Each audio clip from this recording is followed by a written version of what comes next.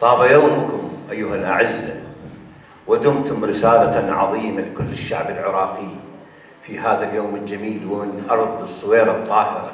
وجودكم معنا، وجودنا معكم، هو يشكل إشراقة جديدة لعراق 2021. نبشركم أن المركز الإعلامي الثقافي العراقي يؤمن بأن الوطن لا بد أن يلتحم ويزدهي بهذه الوحدة الجميلة.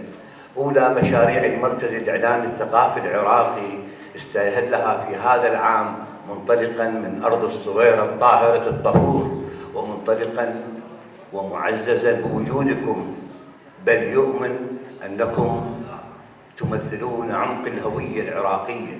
شكرا لكم لوجودكم، شكرا لكم لأنكم عنوان عراقي باهر أهالي الصويرة وأرض الصويرة وسماء الصويرة.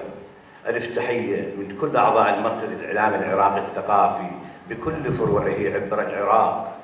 المركز الإعلامي الثقافي العراقي إذ يقف اليوم بينكم إنما يشكل رسالة حقيقية أن تكون الصويرة هي الصوت العراقي الصادق، هي الصوت العراقي الشجاع. تحية لكم ولوجودكم، وتحية لصوت الشعر والإبداع شاعرنا الكبير العداي صديقنا، تحية لك يا صديقي، وتحية لنقابة المعلمين، وتحية لفرعنا في الصويرة وفي واصل، تحية لكل الشعب العراقي.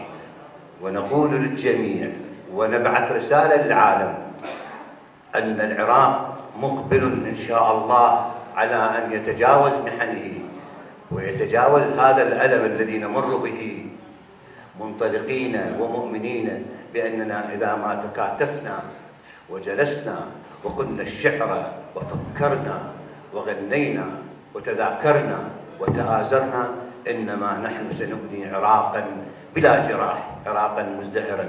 ألف تحية لكم أصدقائي، وشكرا جزيلا على هذا الاستقبال الطيب. والسلام عليكم.